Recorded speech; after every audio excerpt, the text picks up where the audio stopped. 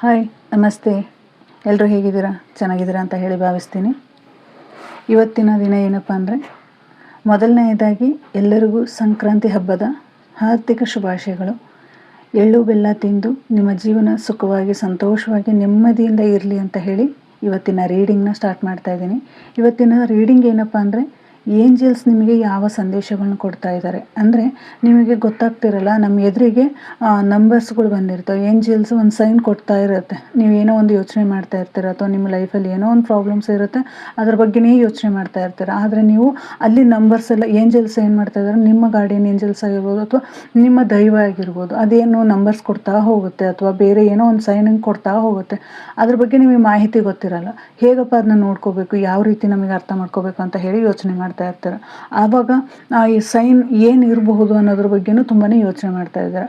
ಅದರ ಮೇಲೆ ನಾನು ಇವತ್ತು ರೀಡಿಂಗ್ ಮಾಡ್ತಾ ಇದ್ದೇನೆ. ಅಂದರೆ ಇವತ್ತು ಏಂಜಲ್ಸ್ ನಿಮಗೆ ಯಾವ ನಂಬರ್ನ ಜಾಸ್ತಿ ನೋಡ್ತಾ ಇದ್ರಿ ನೀವು, ಅಥವಾ ಅದ್ರ ಬಗ್ಗೆ 1 ಆಗಿರ್ಬೋದು, 2 ಆಗಿರ್ಬೋದು, 3 ಆಗಿರ್ಬೋದು, ಯಾವುದೇ ಒಂದು ನಂಬರ್ ನೀವು ನೋಡ್ತಾ ಇದ್ರಿ, ಪದೇ ನೋಡ್ತಾ ಇದ್ರಿ ಅಂದರೆ ಅದರಿಂದ ಒಂದು ನಿಮಗೆ ಮೆಸೇಜಸ್ ಇರುತ್ತೆ. ಆ ಮೆಸೇಜು ನಿಮಗೆ ಅರ್ಥ ಆಗದೆ ಇದ್ದಾಗ ಈ ಥರ ರೀಡಿಂಗ್ ಮುಖಾಂತರ ನಿಮಗೆ ಆ ಸಂದೇಶ ನಿಮಗೆ ಗೊತ್ತಾಗ್ತಾ ಹೋಗುತ್ತೆ. ಇದು ನಾನು ಇವತ್ತಿನ ರೀಡಿಂಗಲ್ಲಿ ಹೇಳ್ತಾ ಇದ್ದೀನಿ. ಅಂದರೆ ನಿಮ್ಮ ಮನಸ್ಸಲ್ಲಿ ಯಾವ ಪ್ರಶ್ನೆಗೆ ಗೊಂದಲ ಆಗಿತ್ತು, ಯಾವ ಉತ್ತರ ನೀವು ಸಿಗ್ತಾ ಇರಲಿಲ್ಲ, ಆ ಪ್ರಶ್ನೆಗೆ, ಆ ಕ್ವಶನ್ಗೆ ಆ ಆನ್ಸರ್ ನಾನು ನಿಮಗೆ ಹೇಳ್ತಾ ಹೋಗ್ತೇನೆ. ಅಂದರೆ ನಿಮ್ಮ ಮನಸ್ಸಲ್ಲಿ ಒಂದು ಕ್ವಶನ್ ಇರುತ್ತೆ, ಅದಕ್ಕೆ ಉತ್ತರ ಸಿಗದೇ ಇರಲ್ಲ, ತೊಂದರೆಯಲ್ಲಿ ಒಂದು ಗೊಂದಲದಲ್ಲಿ ಇರ್ತಾರೆ. ಅದು ಮುಂದೆ ಏನಾಗಬಹುದು ಅನ್ನೋದ್ರ ಬಗ್ಗೆ ಏಂಜಲ್ಸ್ ನಿಮಗೆ ಯಾವ ಸಂದೇಶ ಕೊಟ್ಟಿದ್ದಾರೆ ಅನ್ನೋದ್ರ ಮೇಲೆ ಇವತ್ತಿನ ರೀಡಿಂಗ್ ಇರುತ್ತೆ. ಇಲ್ಲಿ 2 ಕಾರ್ಡ್ ತೊಗೊತೀನಿ ಏಂಜಲ್ಸಿಂದ. ಇದರಿಂದ 1 ಕಾರ್ಡ್ ತೊಗೋತೀನಿ. ಇಲ್ಲಿ ನಂಬರ್ಸ್ ಇದೆ. ಆ ನಂಬರ್ಸ್ ನಿಮಗೆ ಏಂಜಲ್ಸ್ ಯಾವ ನಂಬರಿಂದ ನಿಮಗೆ ತುಂಬಾ ಇದು ಮಾಡ್ತಾಯಿದ್ರು, ಆ ನಂಬರ್ನ ನಾನು ಇಲ್ಲಿ ತಗೋತಾ ಇದ್ದೀನಿ. ಓಕೆ, ಇದರಿಂದ ಏಂಜಲ್ಸ್ ನಿಮಗೆ ಯಾವ ವಿಚಾರ ಬಗ್ಗೆ ಹೇಳಬೇಕು ಅಂತ ಹೇಳಿ ಮಾಡ್ತಾ ಇದ್ದಾರೆ, ಅದ್ರ ಬಗ್ಗೆ 1 ಕಾರ್ಡ್ ತಗೋತೇನೆ. Okay, thank you.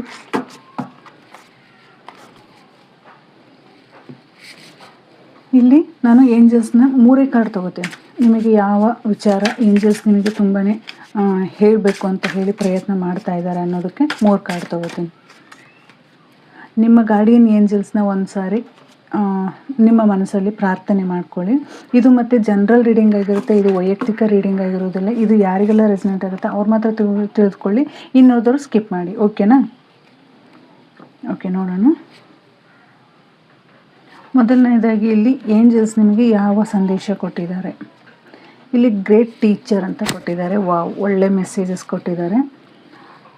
Learn from spiritual experience. ಅಂದರೆ ನಿಮ್ಮ ಲೈಫಲ್ಲಿ ಇವಾಗ ಏನೇ ನಡೀತಾ ಇರ್ಬೋದು, ನಿಮ್ಮ ಜೀವನದಲ್ಲಿ ನಡೆದ ಅನುಭವಗಳೇ ನಿಮಗೆ ದೊಡ್ಡ ಗುರುಗಳು. ಅಂದರೆ ನಿಮ್ಮ ಜೀವನದಲ್ಲಿ ಏನೇ ನಡೀತಾ ಇರ್ಬೋದು, ಆ ಅನುಭವಗಳೇ ನಿಮಗೆ ಒಂದು ಲೆಸನ್ ಕಲಿಸ್ತಾ ಇದೆ. ಅಂದರೆ ನಿಮಗೆ ಒಂದು ಎಕ್ಸ್ಪೀರಿಯನ್ಸ್ ಮಾಡುವಂತಹ ಶಕ್ತಿನ ಕೊಡ್ತಾ ಇದೆ. ನಿಮ್ಮ ಲೈಫಲ್ಲಿ ಏನು ನೀವು ಇಲ್ಲಿಯವರೆಗೂ ನನಗೆ ಇದು ನೋವಾಗ್ತಾ ಇದೆ, ನನಗೆ ಇದು ನೋವು ಬರ್ತಾ ಇದೆ, ಏನಕ್ಕೆ ಬರ್ತಾ ಇದೆ, ನಿರಾಸೆನ ಅನುಭವಿಸ್ತಾ ಇರ್ತೀರ, ಅಥವಾ ಒಂಟಿತನ ಅನುಭವಿಸ್ತಾ ಇರ್ತೀರ, ಅಥವಾ ಹಲವಾರು ಪ್ರಶ್ನೆಗಳನ್ನು ಹುಟ್ಟು ಹಾಕ್ತಾ ಇರ್ತೀರ. ಅಂದರೆ ಏನಕ್ಕೆ ಈ ಕಷ್ಟ ನನಗೆ ಆಗ್ತಾ ಇದೆ, ಏನಕ್ಕೆ ಈ ನೋವು ನನಗೆ ಬರ್ತಾ ಇದೆ, ಇವೆಲ್ಲವೂ ನಿಮಗೆ ಒಂದು ಶಿಕ್ಷೆ ಅಲ್ಲ, ಒಂದು ಶಿಕ್ಷಣ. ಅಂದರೆ ಏಂಜಲ್ಸ್ ನಿಮಗೆ ಒಂದು ಶಿಕ್ಷಣ ಕೊಡ್ತಾ ಇದ್ದಾರೆ. ನಿಮ್ಮ ಜೀವನದಲ್ಲಿ ಏನೋ ಒಂದು ದೊಡ್ಡ ಬದಲಾವಣೆ ಆಗಬೇಕಾಗಿರುತ್ತೆ.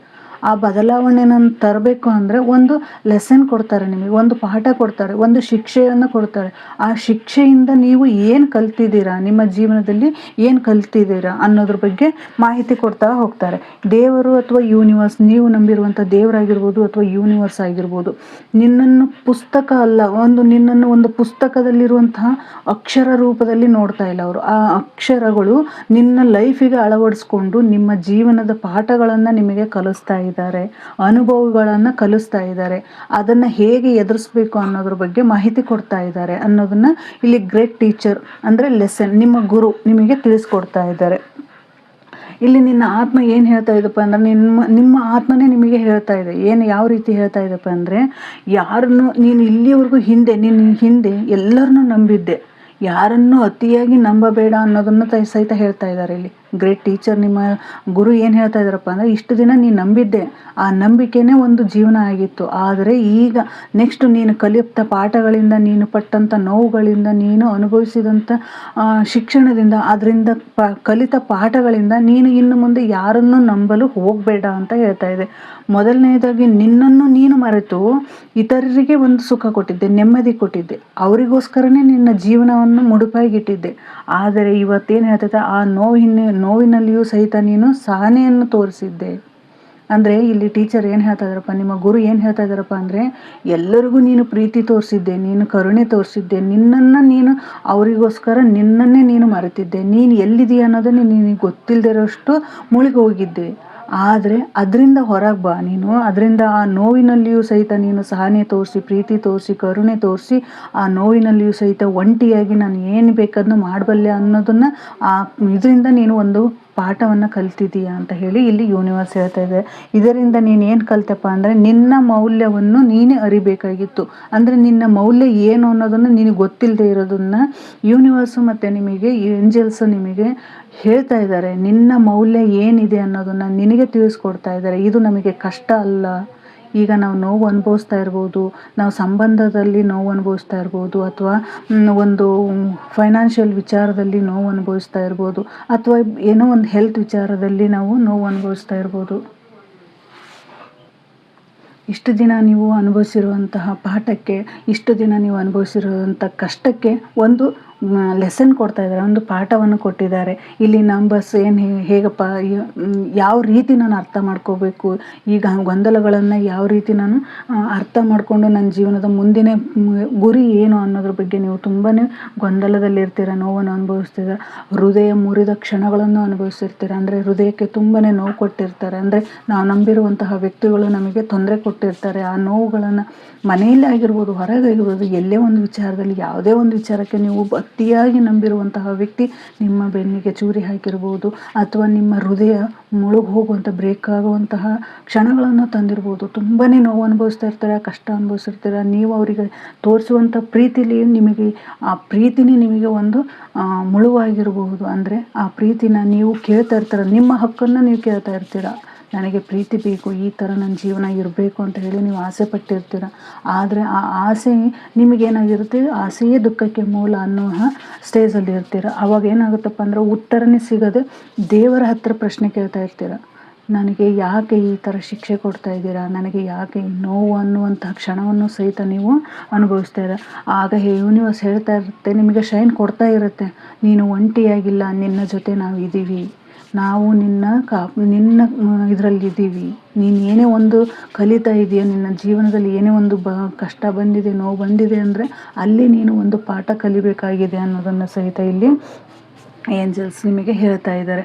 ಅಂದರೆ ಇಲ್ಲಿ ದೈವಿಕ ಸೂಚನೆ ಏನಾಗಿರ್ತೈತಪ್ಪ ಅಂದರೆ, ನೀನು ಈಗ ವಿದ್ಯಾರ್ಥಿನಿ ಅಲ್ಲ ಅನ್ನೋದನ್ನು ಹೇಳ್ತಾ ಇದೆ. ನೀನು ಇವಾಗ ವಿದ್ಯಾರ್ಥಿ ಅಲ್ಲ, ನೀನೀಗ ಆಲ್ರೆಡಿ ಎಲ್ಲ ನೋವುಗಳನ್ನು ಕಲ್ತಿದೆಯಾ. ನಿನ್ನ ಜೀವನದಲ್ಲಿ ಎಲ್ಲ ಆಗಬೇಕಾಗಿರೋದು ಎಲ್ಲ ಆಗಿದೆ. ಆ ಕ್ಷಣನೆಲ್ಲ ನೀನು ಅನುಭವಿಸಿದೆಯಾ. ಈಗ ಗುರುಗಳು ನಿನಗೆ ಕಲಿಸಿದ ಪಾಠದಿಂದ, ಆ ಅನುಭವದಿಂದ ನೀನು ಒಂದು ಗುರುಗಳಾಗಿ ಬದಲಾವಣೆ ಆಗ್ತಾ ಇದೆಯಾ, ನೀನು ಈಗ ಗುರುತತ್ವಕ್ಕೆ ಹೋಗ್ತಾ ಇದೆಯಾ ಅನ್ನೋದನ್ನು ಸಹಿತ ಇಲ್ಲಿ ಹೇಳ್ತಾ ಇದೆ. ಅಂದರೆ ನೀನು ಇತರರಿಗೆ ಮಾರ್ಗದರ್ಶನ ಕೊಡುವಂಥ ಅನುಭವವನ್ನು ಪಡೆದುಕೊಂಡಿದೆಯಾ, ಇದಕ್ಕೆ ಬಂದಿದೆಯಾ ನೀನು ಅಂತ ಹೇಳಿ ಇಲ್ಲಿ ಹೇಳ್ತಾ ಇದೆ. ನಿನ್ನ ಮಾತು ಮತ್ತು ಹೀಲಿಂಗ್, ಅಂದರೆ ನಿನ್ನ ಮಾತು ಹೀಲಿಂಗ್ ಎನರ್ಜಿನ ಪಡ್ಕೋತಾ ಇದೆ. ಅಂದರೆ ಹೀಲ್ ಆಗ್ತಾ ಇದೆ, ನಿಮ್ಮ ಬಾಡಿ ಹೀಲ್ ಆಗ್ತಾ ಇದೆ, ನೀವು ಸ್ಪಿರಿಚುವಲಿ ಕನೆಕ್ಟ್ ಆಗ್ತಾ ಇದ್ದೀರಾ, ನಿಮ್ಮ ಲೈಫ್ ಒಂದು ಸ್ಪಿರಿಚುವಲ್ ಜರ್ನಿಗೆ ಅಟ್ರಾಕ್ಟ್ ಆಗ್ತಾ ಇದೆ. ನೀವು ಏನೇ ಒಂದು ನೋವು ಅನುಭವಿಸಿರ್ಬೋದು, ಏನೇ ಒಂದು ಕಷ್ಟ ಅನುಭವಿಸಿದಿರ್ಬೋದು, ಅದಕ್ಕೆ ಒಂದು ಪಾಠವಾಗಿ ನಿನ್ನ ಜೀವನದಲ್ಲಿ ಇಷ್ಟು ದಿನ ಬಂದಂಥ ನೋವುಗಳಾಗಿರ್ಬೋದು, ಕಷ್ಟಗಳಾಗಿರ್ಬೋದು, ಎಲ್ಲದೂ ಒಂದು ಅದ್ಭುತವಾದ ಪಾಠ ಆಗಿದೆ. ಆ ಪಾಠದ ಟೈಮ್ ಮುಗಿದು ಹೋಗಿದೆ. ನೀನು ಒಂದು ಶಿಷ್ಯ ಆಗಿ ಇದ್ದೆ ಇಲ್ಲಿಯವರೆಗೂ.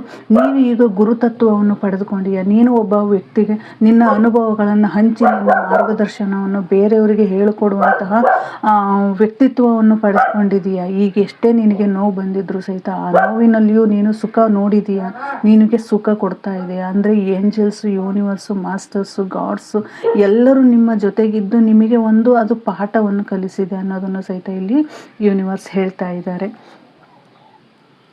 ಇಲ್ಲಿ ಏನು ಹೇಳ್ತಾ ಇದೆಪ್ಪ ಇನ್ನು ಅಂದರೆ, ಸುಖದಿಂದ ಕಲಿಸಿರ್ತಾರೆ ಪಾಠ, ಆದರೆ ಒಬ್ಬೊಬ್ಬರಿಗೆ ಸುಖದಲ್ಲಿ ಪಾಠನ ಕಲಿಸ್ತಾರೆ. ಆದರೆ ಏಂಜಲ್ಸು ಆ ಸುಖದಲ್ಲಿಯೂ ಸಹಿತ ಅನುಭವದ ಮುಖಾಂತರವನ್ನು ಸಹಿತ ಪಾಠ ಕಲಿಸ್ತಾರೆ.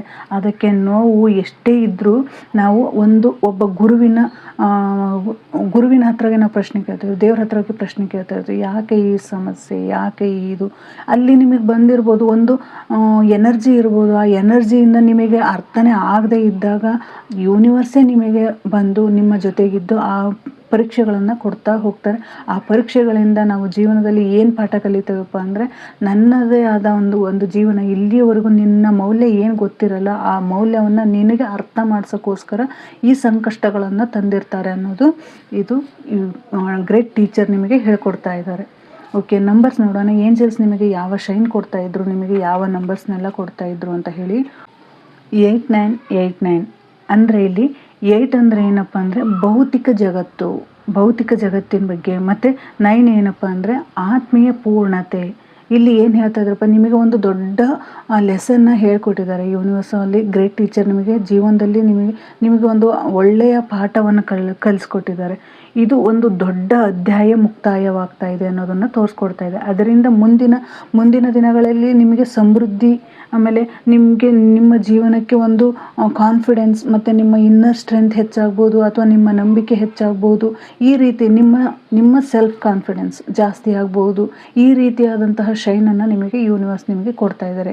ಈಗ ಹಳೆಯದನ್ನು ಏನೇ ಆಗಿರ್ಬೋದು, ಹಳೆಯದನ್ನು ಯೋಚನೆ ಮಾಡದೆ ನೀವು ಒಂದು ಒಳ್ಳೆಯ ವ್ಯಕ್ತಿತ್ವ, ಒಂದು ಹಳೆಯ ನೋವನ್ನು ಮರೆತು ಕಾರ್ಮಿಕ ಸಂಬಂಧ ಇರ್ಬೋದು, ಅಂದರೆ ಹಳೆಯ ನೋವು ಇರ್ಬೋದು ಅಥವಾ ಕಾರ್ಮಿಕ ಸಂಬಂಧ ಇರ್ಬೋದು, ನಿನ್ನನ್ನು ಕುಗ್ಗಿಸಿದ ಪರಿಸ್ಥಿತಿಗಳಿಂದ ನಿನ್ನನ್ನು ನೋವನ್ನು ತುಂಬಾ ಕೊಡ್ತಾ ಇದೆ, ಅವೆಲ್ಲ ಕ್ಲೋಸ್ ಆಗ್ತಾ ಇದೆ. ಅಂದರೆ ಹಳೆಯ ನೋವು ಹೋಗ್ತಾ ಇದೆ, ಕಾರ್ಮಿಕ ಸಂಬಂಧ ಹೋಗ್ತಾ ಇದೆ, ನಿನ್ನನ್ನು ಕುಗ್ಗಿದ ಪರಿಸ್ಥಿತಿಯೂ ಸಹಿತ ಹೋಗ್ತಾ ಇದೆ. ಇಲ್ಲಿಗೆ ಅದು ಕ್ಲೋಸ್ ಆಗ್ತಾ ಇದೆ. ನೀನು ಈಗ ಕೊಟ್ಟವಳು ಅಷ್ಟೇ ಕೊಟ್ಟವಳಾಗಿ ಸಾಕಷ್ಟು ನೋವುಗಳನ್ನು ತಿಂದಿದ್ದೀಯ. ಈಗ ನಿನಗೆ ಅದು ರಿಟರ್ನ್ ಬರ್ತಾ ಇದೆ. ಅಂದರೆ ನೀನು ಇಷ್ಟು ದಿನ ಯಾರಿಗೆ ಎಷ್ಟು ಪ್ರೀತಿ ಕೊಟ್ಟಿದ್ದೆ, ನೋವು ಕೊಟ್ಟಿದ್ದೆ, ಏನು ಕೊಟ್ಟಿದ್ದೆ, ನೀನು ಕೊಟ್ಟಿರೋದೇನು, ಸುಖ ಕೊಟ್ಟಿದ್ದೆ, ಸಂತೋಷ ಕೊಟ್ಟಿದ್ದೆ, ಸಮೃದ್ಧಿಯಿಂದ ಎಲ್ಲರನ್ನೂ ಚೆನ್ನಾಗಿ ನೋಡ್ಕೊಂಡಿದ್ದೆ, ಅದು ಈಗ ನಿನಗೆ ಇಷ್ಟು ದಿನ ಸಿಕ್ಕಿರಲಿಲ್ಲ, ಬಟ್ ಈಗ ಅದು ರಿಟರ್ನ್ ಆಗ್ತಾ ಇದೆ, ನಿನ್ನ ಲೈಫಿಗೆ ಅದು ರಿಟರ್ನ್ ಆಗ್ತಾ ಇದೆ ಅಂತ ಹೇಳಿ ಯೂನಿವರ್ಸ್ ನಿನಗೆ ಹೇಳ್ತಾ ಇದ್ದಾರೆ, ಏಂಜಲ್ಸ್ ನಿಮಗೆ ಹೇಳ್ತಾ ಇದ್ದಾರೆ. ಇಲ್ಲಿ 2244 ಇಲ್ಲಿ ಏಂಜಲ್ಸ್ನ ಏನು ಹೇಳ್ತಾ ಇದೆಯಪ್ಪ ಅಂತಂದರೆ, ಶ್ರೀರಕ್ಷೆ, ನಿನಗೆ ಶ್ರೀರಕ್ಷೆ ಕೊಡ್ತಾ ಇದೆ, ಮತ್ತು ನಿನಗೆ ಸ್ಥಿರತೆಯನ್ನು ಕೊಡ್ತಾ ಇದೆ. 2 ಇಲ್ಲಿ ಏನು ಬರ್ತಾ ಇದೆ, ದೈವಿಕ ಜೊತೆಯಾಟ. ಅಂದರೆ ದೈವಿಕದ ಜೊತೆ ಇಲ್ಲಿಯವರೆಗೂ ಹೊಡೆದಾಟ ಆಡಿದ್ದೀರಾ, ಇಷ್ಟು ದಿನ ನೀವು ಜಗಳ ಮಾಡಿದ್ದೀರಾ, ನನಗೆ ಏನಕ್ಕೆ ಈ ಸಮಸ್ಯೆ, ಏನಕ್ಕೆ ಈ ನೋವು, ಏನಕ್ಕೆ ಇದೆಲ್ಲ ಅಂತ ಹೇಳಿ ಪ್ರಶ್ನೆಗಳನ್ನ ಕೇಳ್ತಾ ಇದ್ದಾರೆ. ಇವಾಗ ಆನ್ಸರ್ ಕೊಡ್ತಾ ಇದ್ದಾರೆ ಅವರು. ನಿನ್ನ ಜೀವನದ ಅಡಿಪಾಯವನ್ನು ದೇವರು ಕಟ್ಟುತ್ತಿದ್ದಾರೆ. ಅಂದರೆ ನಿನ್ನ ಜೀವನದ ಅಡಿಪಾಯವನ್ನು ದೇವರು ಕಟ್ಕೊಡ್ತಾ ಇದ್ದಾರೆ. ಇಲ್ಲಿವರೆಗೂ ನೀನು ಏನೇ ನೋವು ಅನುಭವಿಸಿರ್ಬೋದು, ಏನೇ ಕಷ್ಟ ಅನುಭವಿಸಿರ್ಬೋದು, ನಿನಗೆ ಅದು ಪರೀಕ್ಷೆಯಾಗಿತ್ತು ಅಷ್ಟೇ. ನೀನು ಇಷ್ಟು ದಿನ ಅನುಭವಿಸಿದ್ದ ಅಸ್ಥಿರತೆ ಈಗ ಕಡಿಮೆ ಆಗ್ತಾ ಇದೆ. ಅಂದರೆ ನೀ ಇಷ್ಟು ದಿನ ಏನು ಅನುಭವಿಸ್ತಾ ಇದ್ದೆ ಅದೆಲ್ಲ ಈಗ ಕಡಿಮೆ ಆಗ್ತಾ ಇದೆ. ನಿನ್ನ ಇನ್ನರ್ ಪೀಸ್, ಅಂದರೆ ನಿನ್ನ ಜೀವನದಲ್ಲಿರುವಂತಹ ಎಲ್ಲ ಸಮಸ್ಯೆಗಳು ಸಹಿತ ಹೋಗ್ತಾ ಇದೆ. ಅದನ್ನು ಇದು ಮಾಡ್ತಾಯಿದೆ, ಮೂವ್ ಆನ್ ಆಗ್ತಾಯಿದೆ. ನೀವು ನಿಮ್ಮ ಲೈಫಲ್ಲಿ ಒಂದು ಅದ್ಭುತವಾದ ಕ್ಷಣಗಳನ್ನು ಯೂನಿವರ್ಸ್ ನಿನಗೆ ಕೊಡ್ತಾ ಇದ್ದಾರೆ. ಅಂದರೆ ಇಲ್ಲಿವರೆಗೂ ನೀನು ಕೊಟ್ಟಿದ್ದಾಯಿತು, ತೊಗೊಂಡು ಎಲ್ಲ ಮಾಡಿದ್ದಾಯಿತು, ಈಗ ನೀನು ಕೊಟ್ಟವಳಾಗಿದ್ದೆ, ಇವಾಗ ನೀನು ತೆಗೆದುಕೊಳ್ಳುವಳಾಗಿ ಆಗ್ತಾ ಇದೆಯಾ ಅನ್ನೋದನ್ನು ಸಹಿತ ಇಲ್ಲಿ ಯೂನಿವರ್ಸ್ ಹೇಳ್ತಾ ಇದ್ದಾರೆ. ಇಷ್ಟು ಇದಕ್ಕಿಂತ ಹೆಚ್ಚಿಗೆ ಇನ್ನೇನು ಬೇಕಾಗಿರುತ್ತೆ. ಏಂಜಲ್ಸು, ಮಾಸ್ಟರ್ಸು, ಗಾಡ್ಸು, ಯೂನಿವರ್ಸು ನಮ್ಮ ಜೊತೆ ಇದ್ದಾರೆ ಅಂದರೆ ಇದಕ್ಕಿಂತ ಒಳ್ಳೆ ಸಂದೇಶ ನಮಗೆ ಇನ್ನೇನು ಬೇಕಾಗಿರುತ್ತೆ ಅಲ್ವಾ. ಇದು ಏಂಜಲ್ಸ್ನ ಸಂದೇಶ ಆಗಿದೆ. ಇಲ್ಲಿ 3737 ಇದನ್ನ ಹೇಳಬೇಕಪ್ಪ ಅಂದರೆ ಆತ್ಮ ಜಾಗೃತಿ, ಮಾತಿನ ಶಕ್ತಿ. ಅಂದರೆ ಆತ್ಮ ಇವಾಗ ನಿಮ್ಮದು ಏನಾಗ್ತಾ ಇದೆಯಪ್ಪ ಅಂದರೆ, ಇಲ್ಲಿವರೆಗೂ ನೀವು ನಾನು ಹೇಳಿದಾಗೆ ಮೌಲ್ಯ ಏನು ಅಂತ ಗೊತ್ತಿರಲಿಲ್ಲ, ನಿಮ್ಮ ವ್ಯಕ್ತಿತ್ವ ಏನು ಅನ್ನೋ ನಿಮಗೆ ಗೊತ್ತಿರಲಿಲ್ಲ. ಯೂನಿವರ್ಸು ನಿಮ್ಮ ವ್ಯಕ್ತಿತ್ವವನ್ನು ಗೊತ್ತು ಮಾಡಿದ್ದಾರೆ. ಇವಾಗ ನಿಮ್ಮ ಸ್ಟ್ರೆಂತ್ ಏನು, ನೀವು ಅಂದರೆ ಏನು, ನಿಮ್ಮ ಬಗ್ಗೆ ಯಾವ ಆಲೋಚನೆಗಳಿದ್ದಾವೆ, ಯೂನಿವರ್ಸ್ ನಿಮಗೆ ಏನನ್ನು ಕಲಿಸ್ಕೊಡೋಕೆ ಬಂದಿದ್ರು ಇಲ್ಲಿಯವರೆಗೂ, ನೀವು ಇಲ್ಲಿವರೆಗೂ ಅನುಭವಿಸಿದ್ದಕ್ಕೆ ಏನೆಲ್ಲ ಲೆಸನ್ಸ್ ನಿಮಗೆ ಕಲಿಸಿದ್ದಾರೆ, ಅದರಿಂದ ನೀವು ಯಾವ ರೀತಿ ಬೆಳೀತಾ ಇದ್ದೀರಾ, ನೀವು ಯಾವ ರೀತಿ ನಿಮ್ಮ ವಿಚಾರಗಳನ್ನು ನಿಮ್ಮ ಮೈಂಡಲ್ಲಿ ಚೇಂಜ್ ಮಾಡ್ಕೋತಾ ಇದ್ದೀರಾ, ನಿಮ್ಮ ಲೈಫ್ ಯಾವ ರೀತಿ ಚೇಂಜ್ ಆಗ್ತಾ ಇದೆ, ಹೇಗೆ ನಾನು ಅದನ್ನು ಇದು ಮಾಡಬೇಕು, ಹೇಗೆ ಅದನ್ನು ನಂಬಬೇಕು. ಇಲ್ಲಿವರೆಗೂ ನೀವು ಎಷ್ಟು ನಂಬಿದ್ರಲ್ಲ ಅದಕ್ಕಿಂತ ದುಪ್ಪಟ್ಟು ನಿಮಗೆ ಯೂನಿವರ್ಸ್ ಕೊಡ್ತಾ ಇದೆ. ನೀವು ಕೊಟ್ಟು ತಗೊಂಡಿದ್ದೀರಾ, ಇಷ್ಟು ದಿನ ಕೊಟ್ಟಿದ್ದೀರಾ, ಈಗ ನೀವು ತೆಗೆದುಕೊಳ್ಳುವಂತಹ ಸಂದರ್ಭ ಬಂದಿದೆ ಅನ್ನೋದನ್ನು ಸಹಿತ ಇಲ್ಲಿ ಹೇಳ್ತಾ ಇದ್ದಾರೆ. ಇಲ್ಲಿ 3 ಏನು ಹೇಳ್ತಾ ಇದೆಪ್ಪ ಅಂದರೆ ಡಿವೈನ್ ಎಕ್ಸ್ಪೀರಿಯನ್ಸ್. ಅಂದರೆ ನಿನಗೆ ಡಿವೈನ್ ಎನರ್ಜಿ ಇದೆ, ನಿನ್ನ ಜೊತೆ ಡಿವೈನ್ ಎನರ್ಜಿ ಇದೆ, ನಿನ್ನ ಬಾಡಿ ಹೀಲ್ ಮಾಡ್ತಾ ಇದೆ. ಯೂನಿವರ್ಸ್ ನಿನ್ನನ್ನು ಹೀಲ್ ಮಾಡಿ ನಿನ್ನನ್ನು ಒಂದು ವ್ಯಕ್ತಿತ್ವದ ಒಂದು ಮೂರ್ತಿಯನ್ನಾಗಿ ಮಾಡಿದೆ ಅಂತ ಹೇಳಿ ಇಲ್ಲಿ ಹೇಳ್ತಾ ಇದೆ. ಇಲ್ಲಿ 7 ಎಂದಪ್ಪ ಅಂದರೆ 7 ಆತ್ಮಜ್ಞಾನ.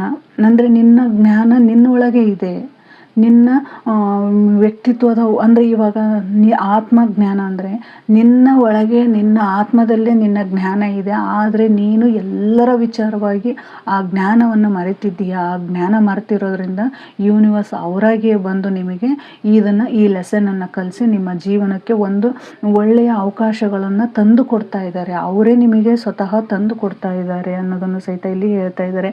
ಇಲ್ಲಿ ನಿಮಗೆ ಇಂಟ್ಯೂಷನ್ ಪವರ್ ಜಾಸ್ತಿ ಆಗ್ತಾ ಇದೆ. ನಿಮ್ಮ ಡ್ರೀಮ್ ಮತ್ತು ನೀವು ಏನಾದರೂ ನಿಮ್ಮ ವಿಚಾರದಲ್ಲಿ ನೀವೇನಾದರೂ ಒಂದು ಕನಸು ಕಂಡಿದ್ರಿ ಅಂದರೆ ಅದು ನಿಮಗೆ ಸಕ್ಸಸ್ಸನ್ನು ಕೊಡ್ತಾ ಇದೆ. ನೀನು ಸತ್ಯವನ್ನು ಮರೆಮಾಚಲು ಆಗೋದಿಲ್ಲ. ಅಂದರೆ ನಿನ್ನಲ್ಲಿ ಯಾವುದು ಸತ್ಯಗಳನ್ನು ಇಲ್ಲಿಯವರೆಗೂ ಮರೆಮಾಚಿಲ್ಲ. ಯೂನಿವರ್ಸ್ ಹತ್ರ ಎಲ್ಲದನ್ನೂ ನೀನು ಹೇಳ್ಕೊಂಡಿದ್ದೀಯ.